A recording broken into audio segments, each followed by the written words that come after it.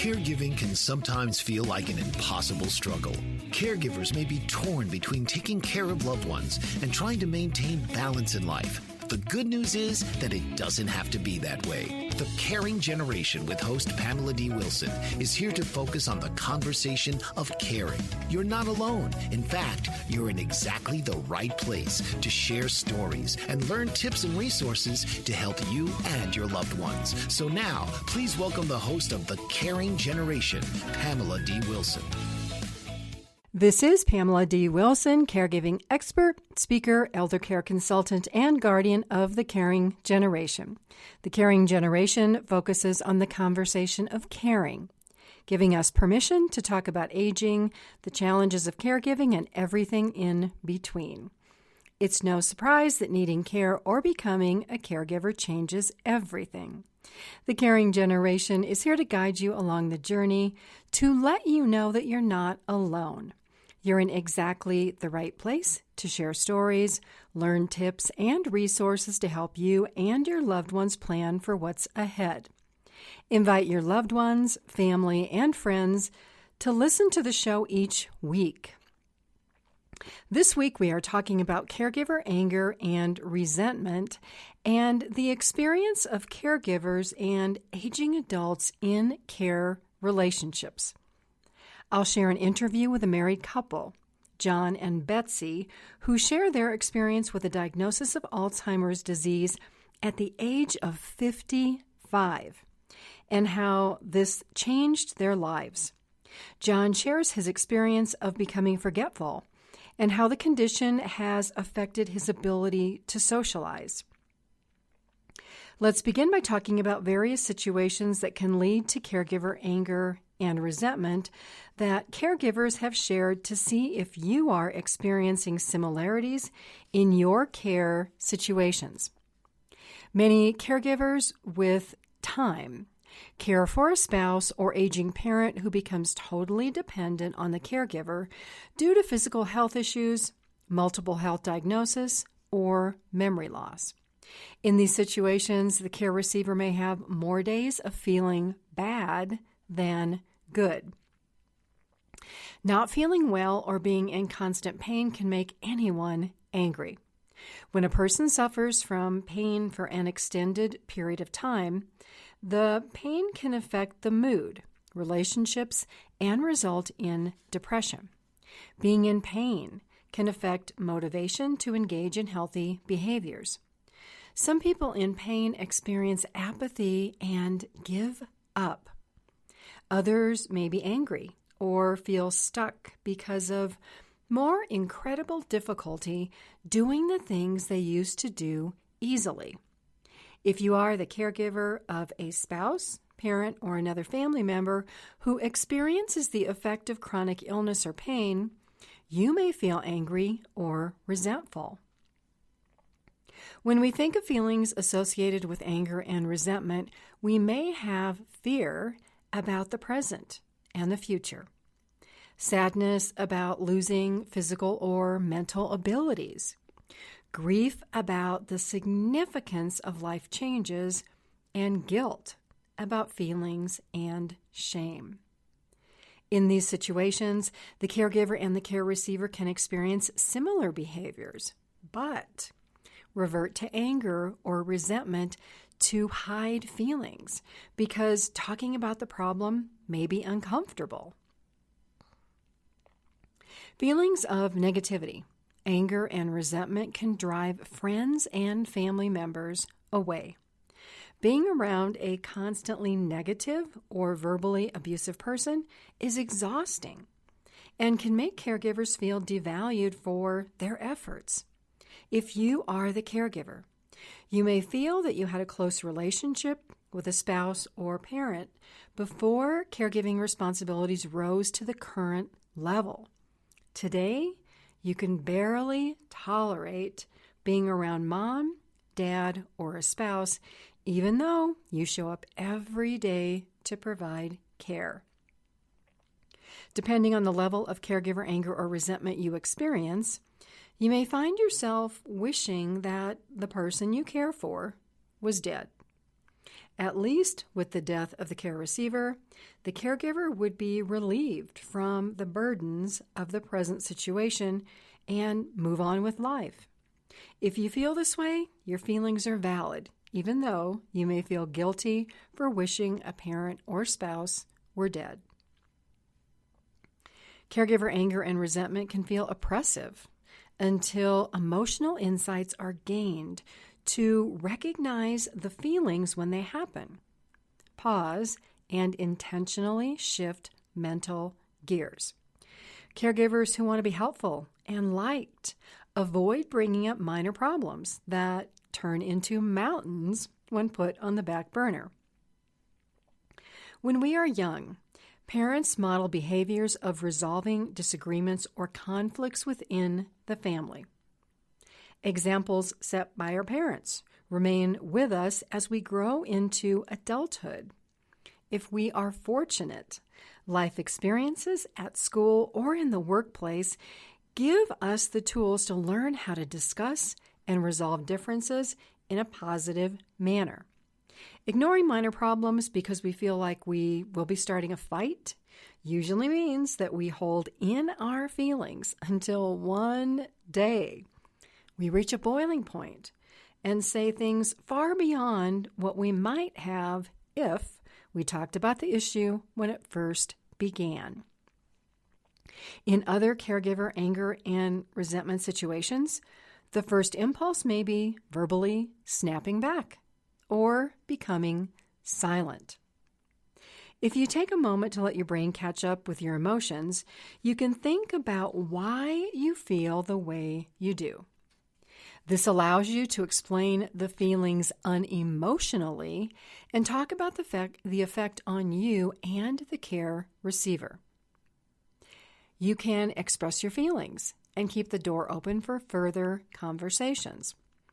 An example of a conversation might be, "I know you don't do things just to make me mad, but this thing, name it, whatever it is, bothers me.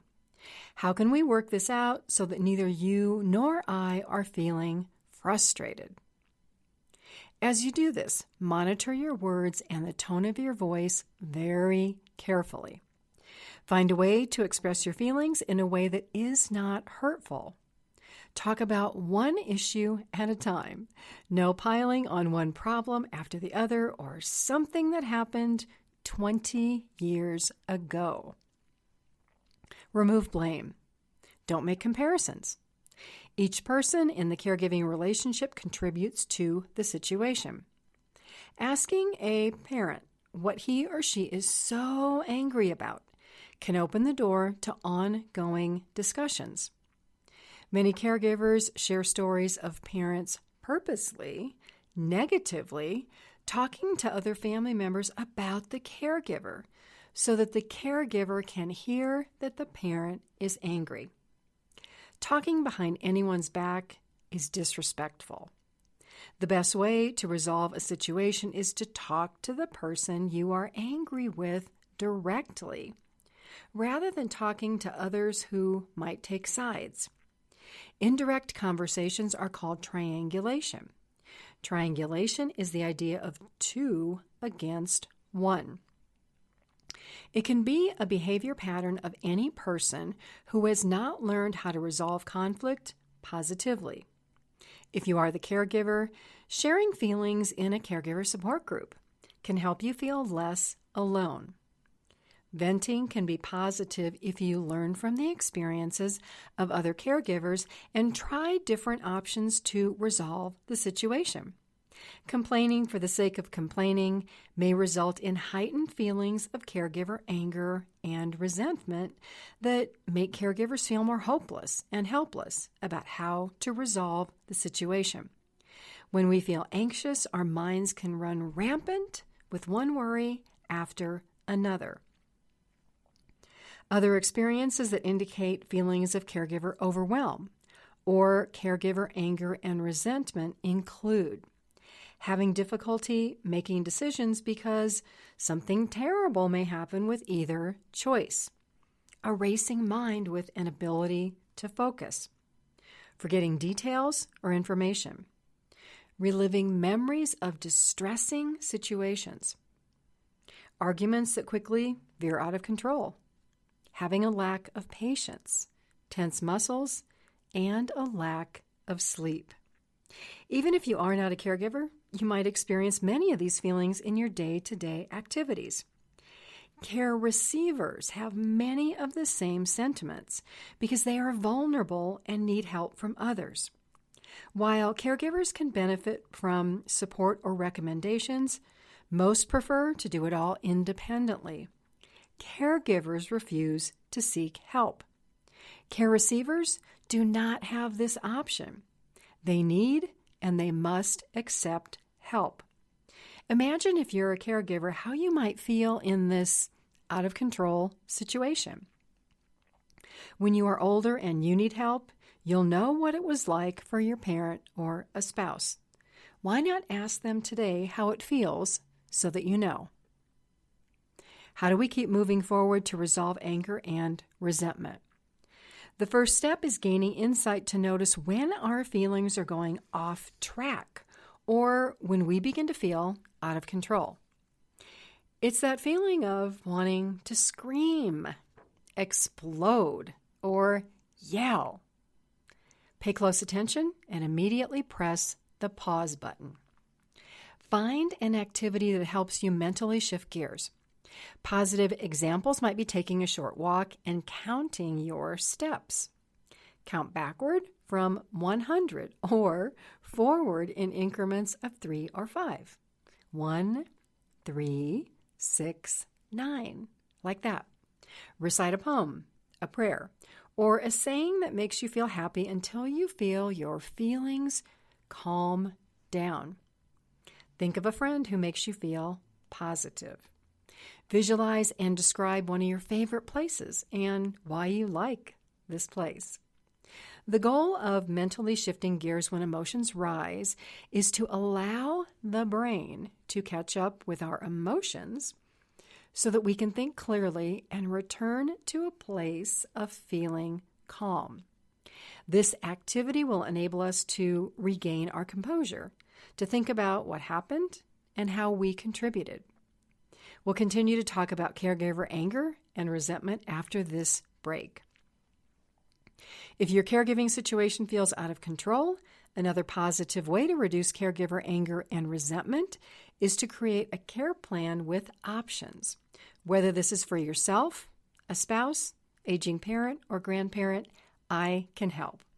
Visit my website, PamelaDWilson.com, click on the How I Help button, then Family Caregivers Support, then Elder Care Consultant to contact me. This is Pamela D. Wilson, caregiving expert, elder care consultant, and speaker. Stay with me. I'll be right back.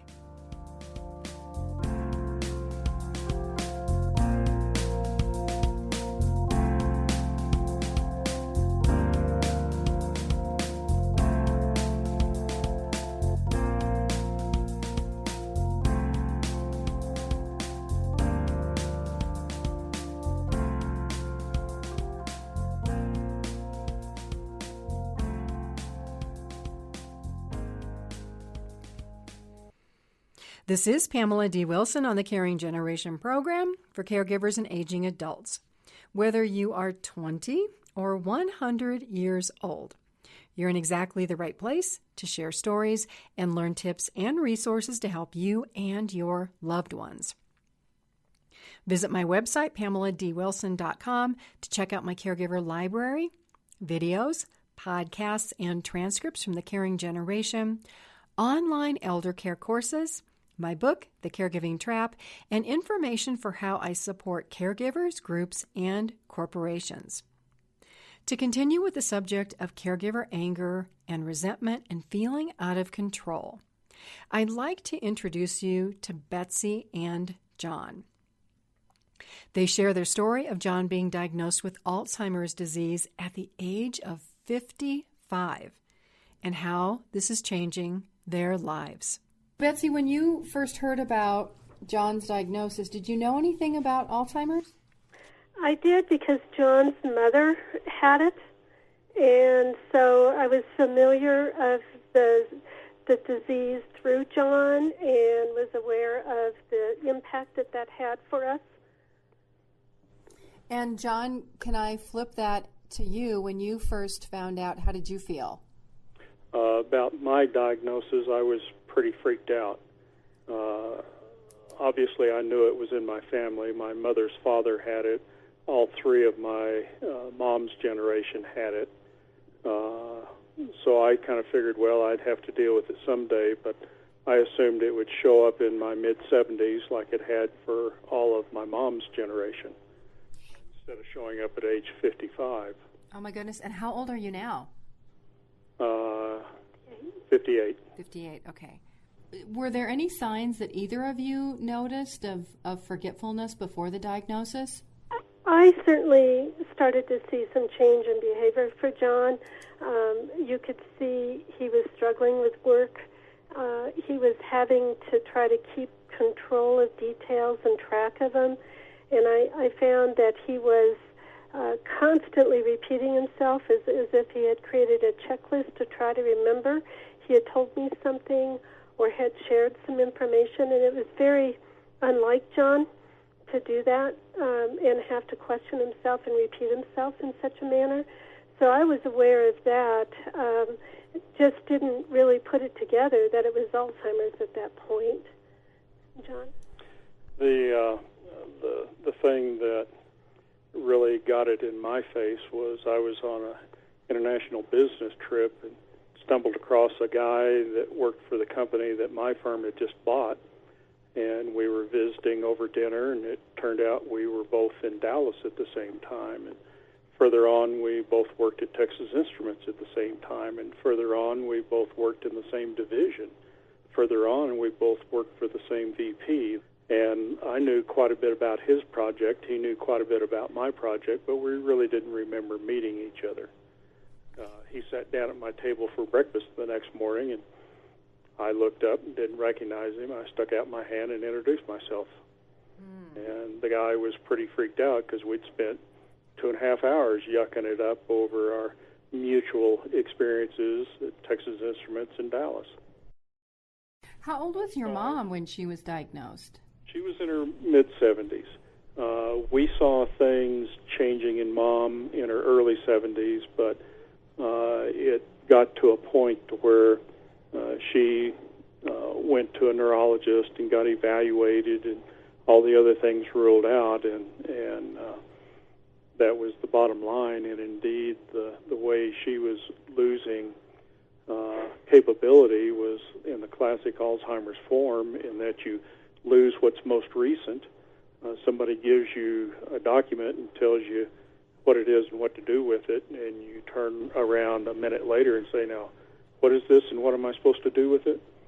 But she could talk about things when we were kids with great clarity and accuracy. And time went on, and she started losing what she knew about us as kids, and we started becoming strangers to her. And it's that progress of undoing your memories from the most current to your oldest memories is really a very strong hallmark of the disease process. Alzheimer's is basically a death sentence. Nobody survives it. You may die of something else first, but just like your brain becomes incompetent as far as your personality and such, the autonomic systems ultimately become incompetent, and you can't swallow properly, and you usually ingest something and die of pneumonia as the end stage, or you die of something else along the way. My mother, I call it, got an early out because she developed a leukemic condition that destroyed her white blood cell count, so she caught a simple cold and died from that. My uncle, in a fairly late stage, had a heart attack and died from that. My grandfather didn't develop any physical illness, and he basically died when he could no longer swallow properly and stuff like that of a pneumonia. Probably for me, the fundamental thread throughout my entire life has been my community service activities. I was a volunteer firefighter. I was a volunteer EMT, emergency medical technician. I served on my county planning commission for 7.5 years. I served on the fire board. I served on the conservation district board. I was very active and very involved in the community.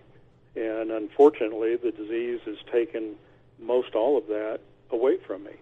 I can't deal with firefighting stuff because I can't reliably communicate to other people what's going on the scene of a fire.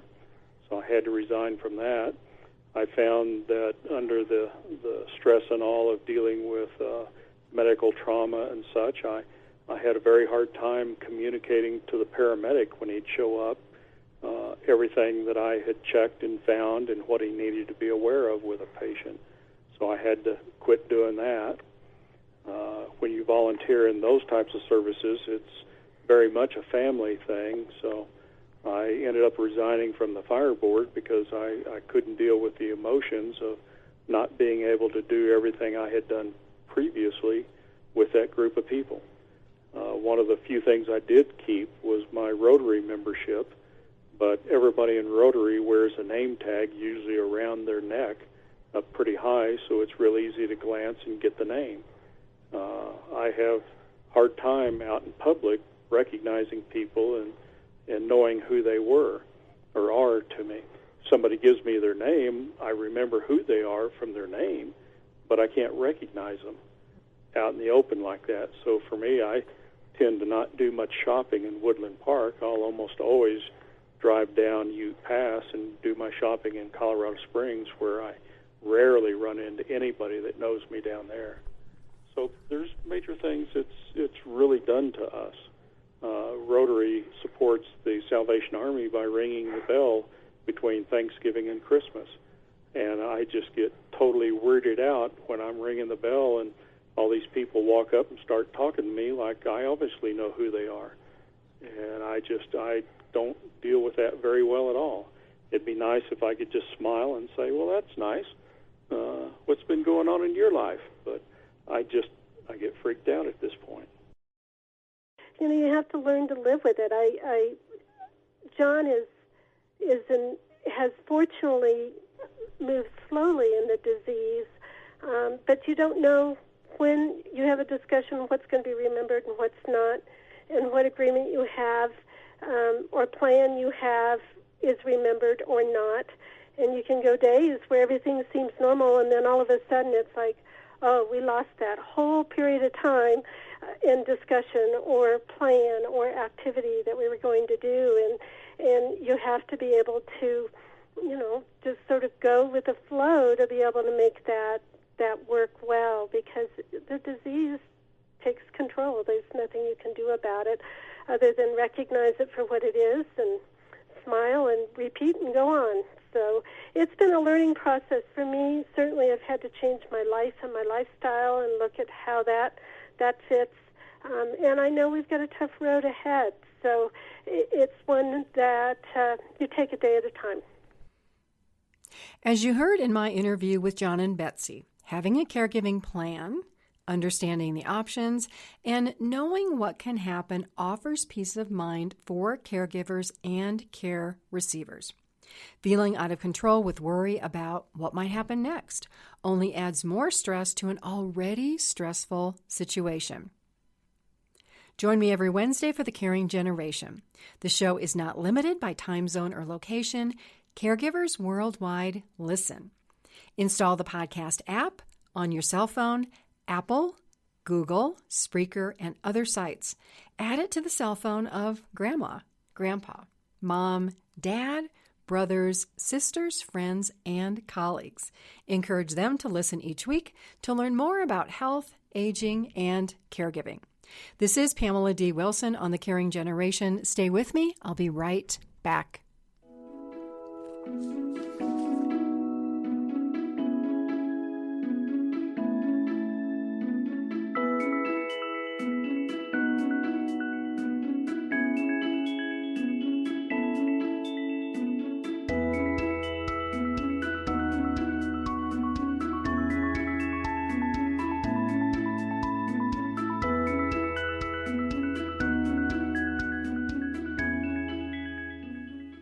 This is Pamela D Wilson, caregiving expert, speaker, and elder care consultant on the caring generation.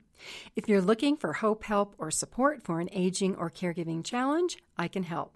Visit my website, PamelaDWilson.com, and take my caregiver survey or contact me. Follow me on social media. On Facebook, I'm Pamela D Wilson, caregiving expert. On Twitter, @CaregivingSpeak. Instagram, @Wilson Pamela D, and LinkedIn, Pamela D Wilson, caregiver expert.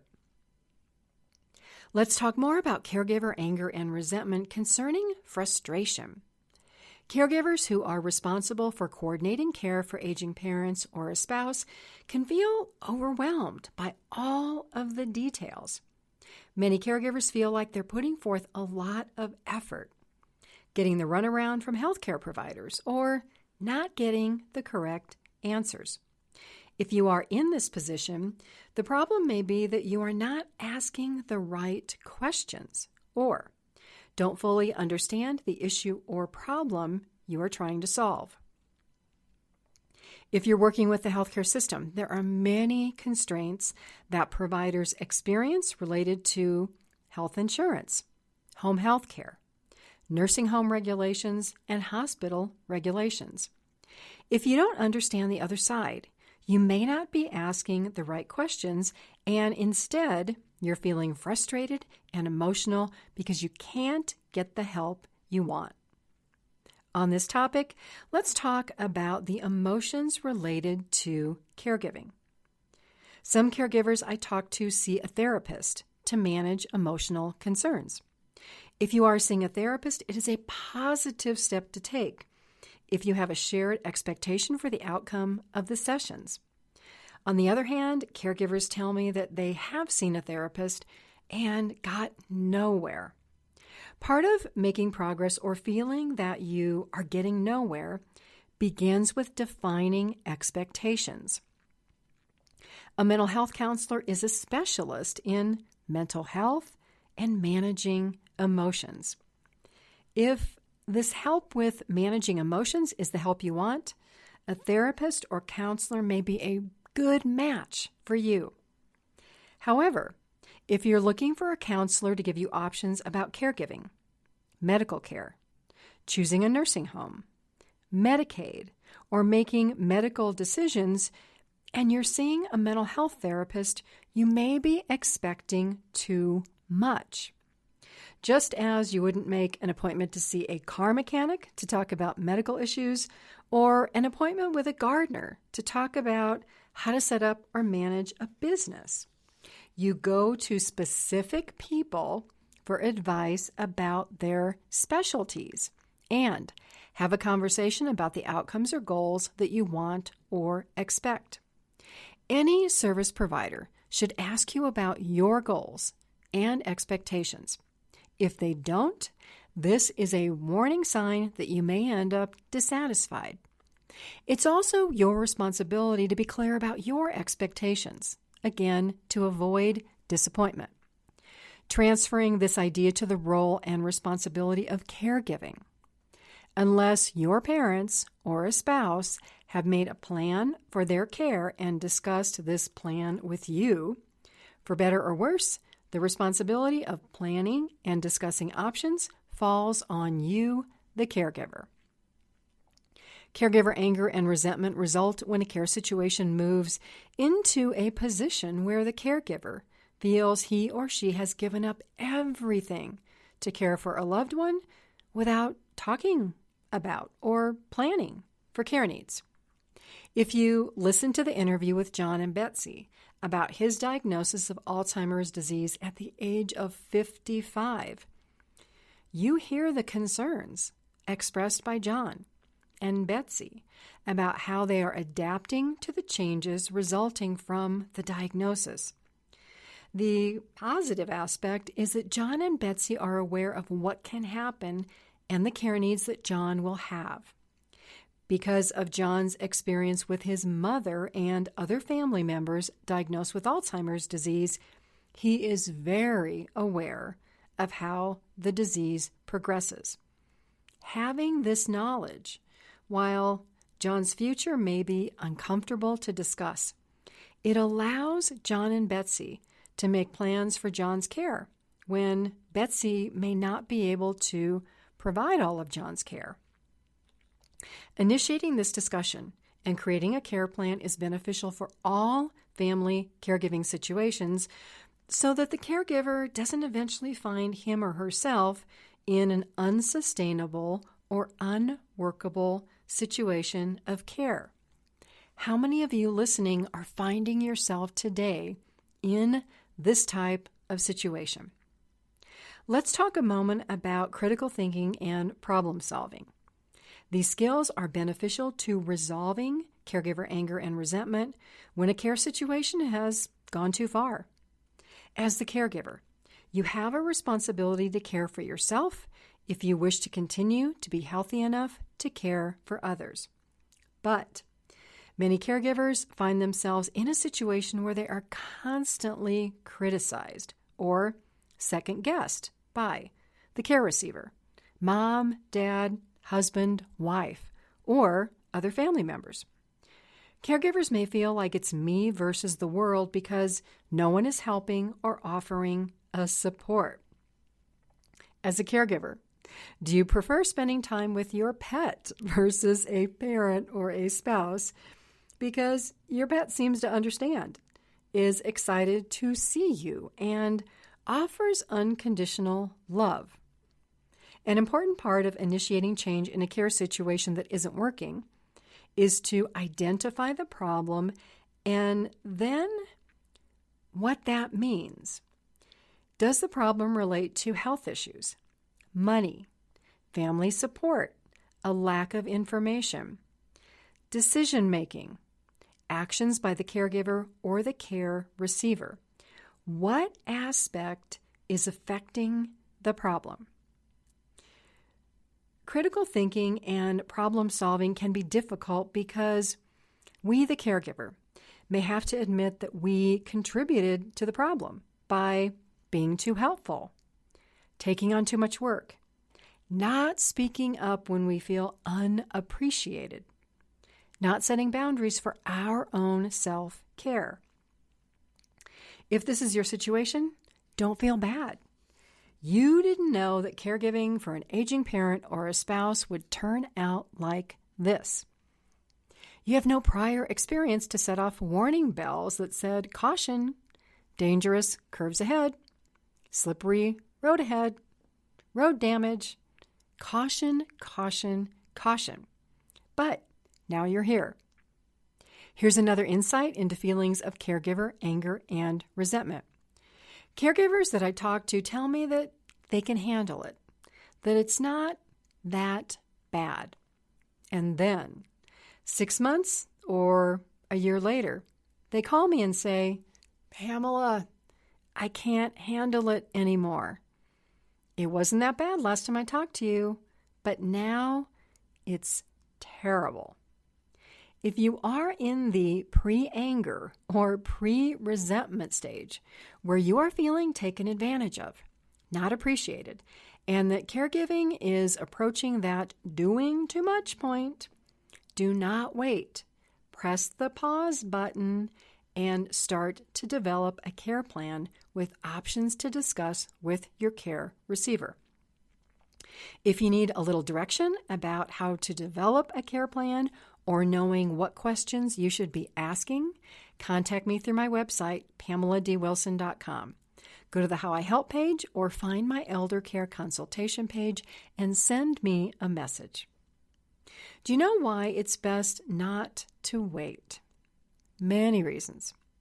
Figuring out the problem and looking at alternatives and options may take several months to investigate.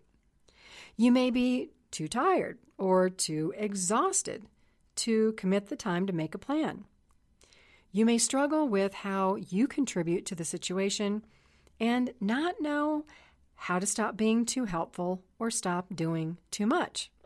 I can help you with that.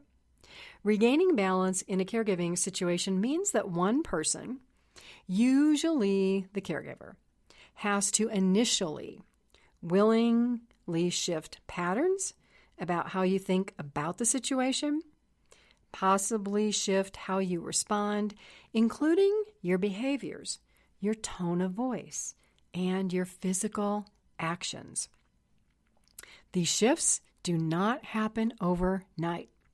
If you wait until your battery is burned out, you will have little or no energy left to make mental and physical shifts. Caregiving is a marathon. It's not a sprint. Athletes train for marathons. Caregivers benefit from training for the long haul of being a caregiver. If you want to be at the top of your game, or at least good at something, what does it take? The effort, commitment, self-motivation, willingness to learn, willingness to do things you might be afraid of are something to consider. Reducing caregiver anger and resentment involves that mental shift to become equally concerned about the well-being of a parent or a spouse and your own well-being. When you think about it, caregivers contribute to the self-care activities of care receivers, or at least they try. If you, as a caregiver, are not in a routine of action on self-care tips for yourself, how good will you be at modeling this behavior or motivating a parent to take action about a health issue? This is an important question that I'll leave you to think about. Committing time to your well-being is challenging for caregivers who willingly sacrifice life to be a caregiver for another person and then feel caregiver anger and resentment. The first action to take is to put yourself in a place to think about investigating options and creating a care plan. This means time alone. It's the idea of being unavailable every single day for a while, and on some days, being available for longer periods of time. I know you're thinking, this isn't possible. It is if you make it a priority. Caregivers need you time to recharge physical, mental, and emotional batteries. If you don't create time when you are unavailable, it will be difficult for you to gain the insights needed to shift the care situation. You'll burn out. Your battery will die. Thinking about time for you may be difficult for caregivers raised with a strong sense of family responsibility above everything else, including self. This includes caretakers who have an overdeveloped sense of responsibility about their role in helping family members. Some caretakers take on the physical and emotional suffering of others and then become physically ill, have a desire to self-isolate, maybe abuse substances to cope and get through the day. If you are a caregiver in this situation, ask yourself, how is this working out for you? Is being a caregiver helping you or harming you? If you're exhausted, burned out, are you helping or hurting others? Many caregiving situations can be positive. In these, caregivers gain confidence about learning new skills, feel valued and appreciated by the person for whom you care. The relationship with a loved one in positive situations improves. These are the ideal care situations, the care situations that many caregivers want and dream of. If this isn't your situation, why not? No one can begin to answer that question but you. What will you do to start being unavailable every day, to give you time to think, figure out what the problem is, and plan to shift away from caregiver anger and resentment? After this break, we will talk about self-reliance as an antidote to experiencing caregiver anger and resentment. If you are a caregiver, how can you become more self-reliant so that you create your aging life plan rather than leaving this up to your children or someone else? If you are an older adult, what things can you do today to remain self-reliant and independent. I don't know many older adults who tell me that they can't wait for the day when they become dependent on someone else for their needs. Thinking about becoming self-reliant won't make it happen. Only you can make it happen. We're off to a break. If your caregiving situation feels out of control, a positive way to reduce caregiver anger and resentment is to create a care plan with options. Visit my website, PamelaDWilson.com, click on the How I Help button, then Family Caregiver Support, then Elder Care Consultant to contact me and discuss options. This is Pamela D. Wilson, caregiving expert, elder care consultant, and speaker. Stay with me. I'll be right back.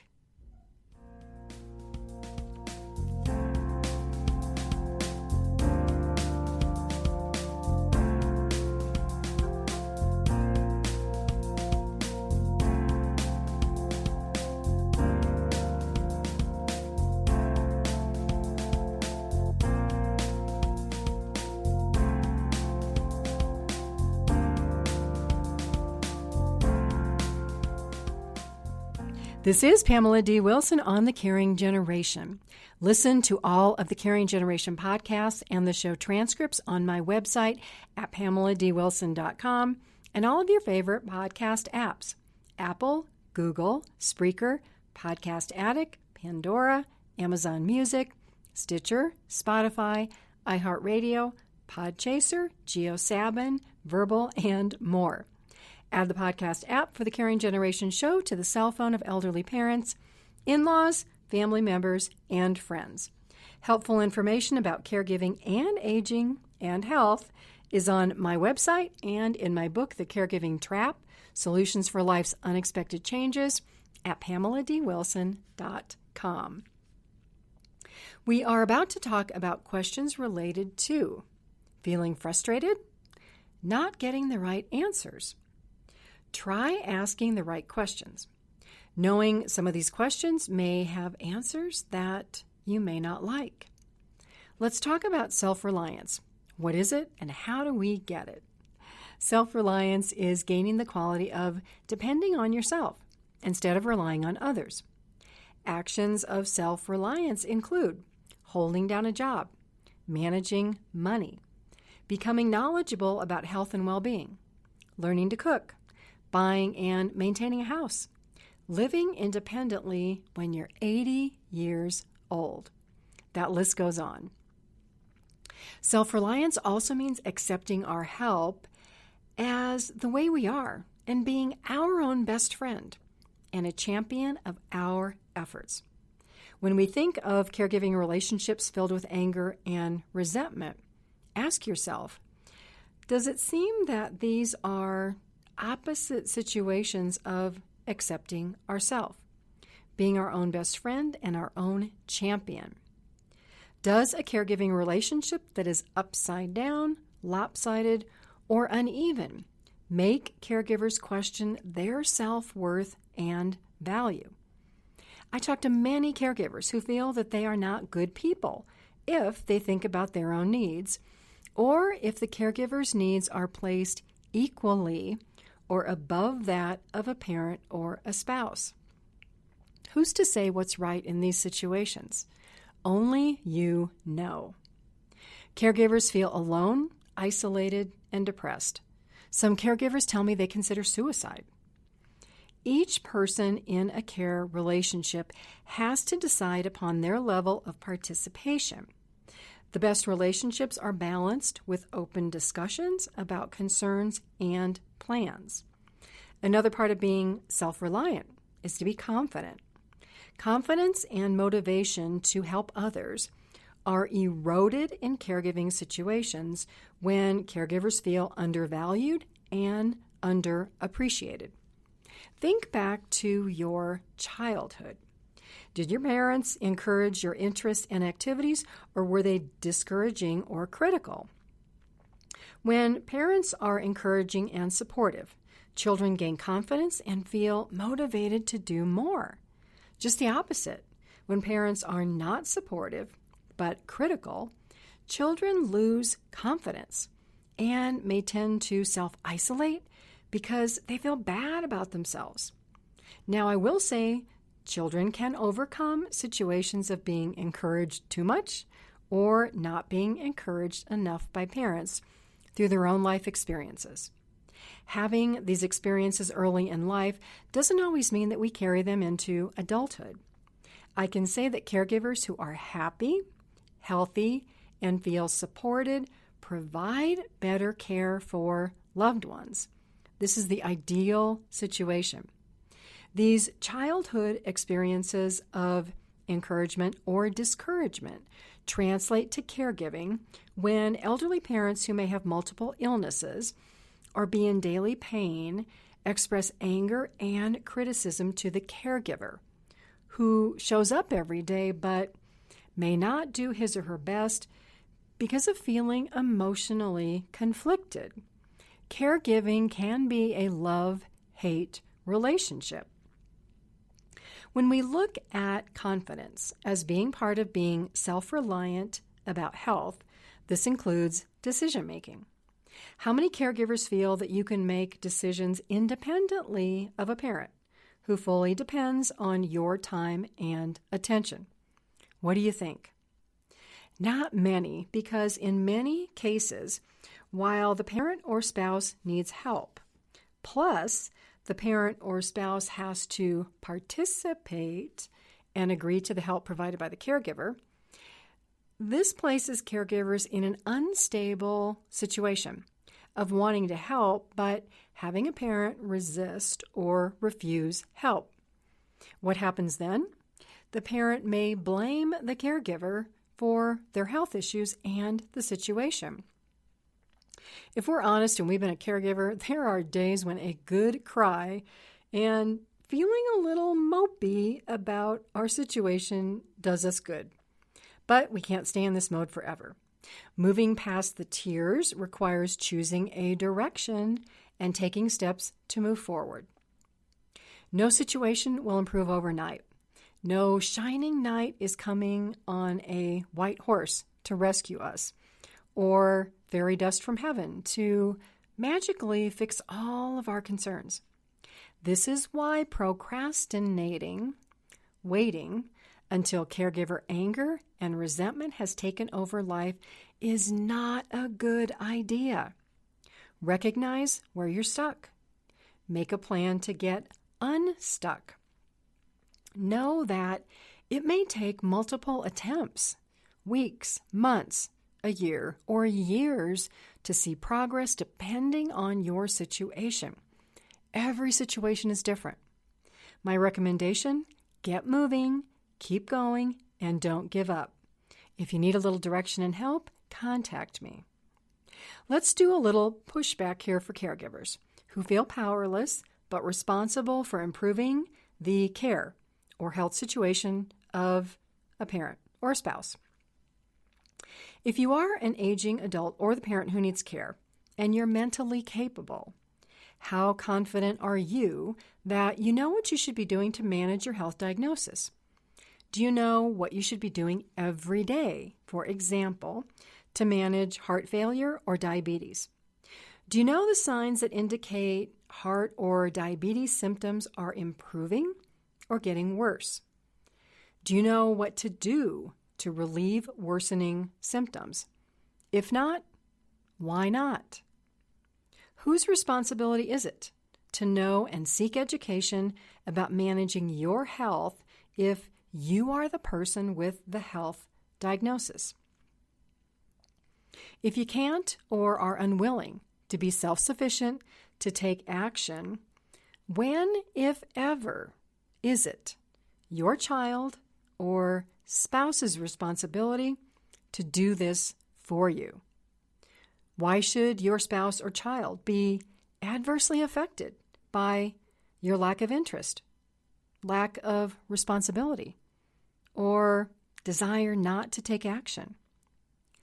Is this question of who adds or takes away from the problem the magical part of defining why caregiver anger and resentment occurs? Staying away from the idea of blaming anyone, what if we focus on what contributes to the problem and then look at alternatives and options. The idea of contributing or not relates to the idea of choice. While some caregivers say that they don't have a choice but to care for parents, is this true or false?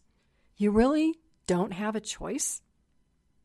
If a parent chooses not to follow a doctor's recommendations to care for him or herself, should the consequences of this choice fall on other people, like the caregiver?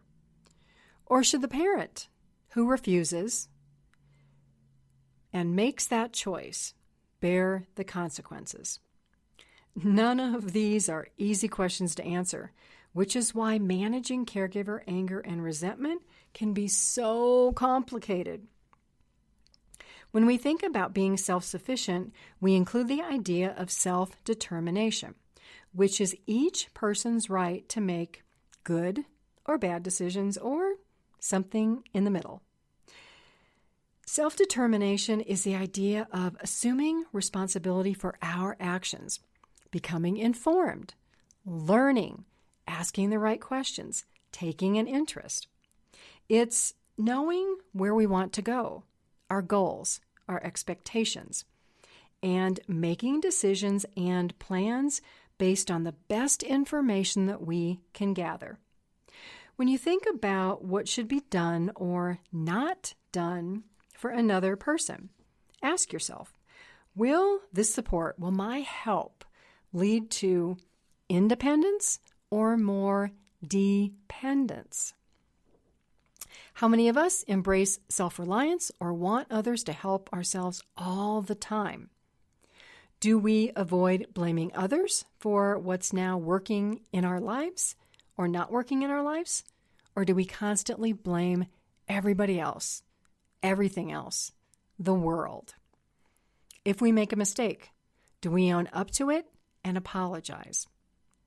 Embracing self-reliance and responsibility for ourselves isn't easy. It involves doing things that we may find boring, frustrating, or time-consuming. Being self-reliant may mean making decisions that are not favorable but are the best we can make at the present time. This can relate to making choices about medical care for an aging parent or deciding to place a parent in a care community. Talking about caregiving may involve making decisions we'd rather avoid, asking questions that we'd rather not know the answers to, because we may be contributing to the problem. As I talk about frequently, waiting or delaying to move forward can have a cost because options you have today may not be available 6 months, 12 months, or a year from now. Managing caregiver anger and resentment involves replacing these feelings with positive actions that can shift a situation that's not working and make it better. The way we think and our attitude in approaching problems contributes to our success. On this topic, here are 2 quotes from Winston Churchill about decision-making for a little validation and inspiration about the benefits of making choices and having a positive attitude. The first, but you should never accept negative solutions because they limit your potential. Instead, you should always make choices that expand your reach and don't shrink you into your comfort zone. And here's another quote. Attitude is a little thing that makes a big difference. Success is not final. Failure is not fatal. It is the courage to continue that counts. If you're going through hell, keep going. Everyone has his day, and some days last longer than others. Let's be honest. Caregiving on any day can have us feeling like we're in heaven, feeling appreciated and that the world is right. And on other days, like we are living in hell where everything goes wrong. The important thing, as Churchill said, is to keep going, to make choices. And my advice? Consider investigating options. Consider trying to figure out what the problem is and making a plan, choosing a direction. If you need any help or any direction in creating a care plan or thinking about knowing where you want your care situation to go or creating a care situation for yourself, I am here to help. Listeners, you are amazing. Stay positive and keep moving forward. Thank you for joining me on The Caring Generation. Please invite your family and friends to listen each week. I am Pamela D Wilson, caregiving expert, advocate, and speaker. I look forward to being with you again soon. God bless you all. Sleep well tonight. Have a fabulous day tomorrow and a great week until we are here together again. Tune in each week for The Caring Generation with host Pamela D Wilson. Come join the conversation and see how Pamela can provide solutions and peace of mind for everyone. Here on Pamela D Wilson's The Caring Generation.